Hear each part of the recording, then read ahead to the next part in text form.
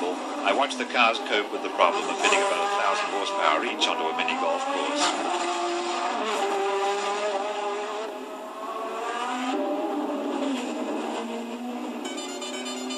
The Brabham was still down on usable power, but Bernie had a word in Ricciardo's ear. Patrese went out and got 5th place on the grid, the new car's best starting position yet. De Angelis, however, only just scraped through as a qualifier. Jonesy had a new sticker on his helmet, indicating a tidal wave of Foster's cash. In the Williams pit, Piquet and Mansell practiced brotherly love, while each strove to outdo the other in cars that uncharacteristically disintegrated every hour on the hour.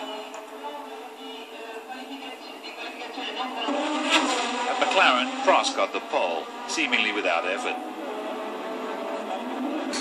On the grid, Prost and Mansell were beside each other, with Senna and Alboreto 3rd and 4th.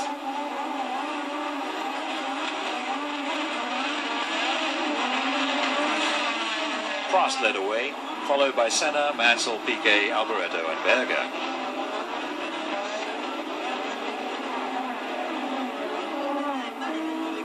But the interesting news was that Rosberg came up from 9th and went past Berger into 5th position. At Monaco, this is a lot of places to gain in one whole race, let alone one lap. If the era of extravagant drivers like Rosberg was now passing, it seemed a terrible pity.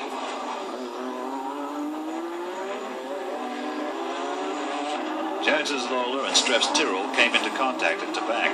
Facing into the traffic, Jones waved delightedly at passing cars who would be forced to continue the race. Palmer's Zach speed almost wiped out a Marshall. Jones headed back to the hotel to crack a tinny and watch the race on television. The Brabham's lack of employable grunts seeming to matter less here, Patrese took Berger's Benetton for 6th place. Rosberg, the old street fighter, harried Alboreto's Ferrari, which was in 4th place. In brilliant form, with plenty of curbs to bounce off, Rosberg caught up and squeezed by.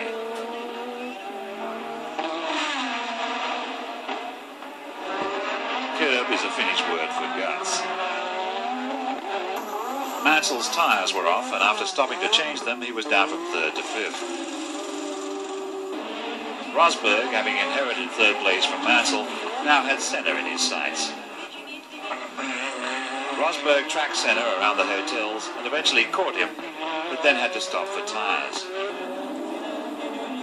So Prost was still in the lead. After his pit stop, Rosberg closed up on Alboreto all over again. He went past in almost the same spot as before, which looked like a replay. Prost now stopped for tyres. This led Senna into the lead. Alboreto's Ferrari gave up, giving all the Italians present a chance to catch an early train. Senna now had Prost in his mirrors and a worn set of tyres with which to do not enough about it. Senna did his formidable best, but Prost had all the grip.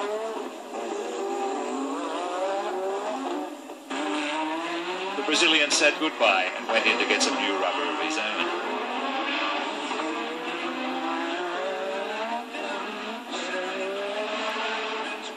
Prost now had the lead, which he would keep until the flag.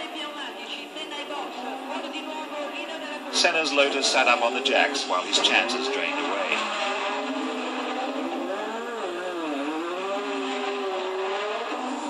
Prost's McLaren hummed calmly on. Less calmly, but fun to watch, Rosberg made it 1-2 for McLaren, just the way things used to be. Senna had to be content with 3rd. So the race was running out in good order. Unless something went wrong, it was all over. It went wrong for Patrick Tambay, whose Lola did a barrel roll at head height and returned to earth in the form of junk, from which Tambay unbelievably emerged intact. He was lucky not to go over the barrier and down to one of the seafront bars, where he would have been offered a drink, but might have had trouble holding it steady. Here was a reminder that even Monaco is a Grand Prix race, and that the grand prize can carry a big price.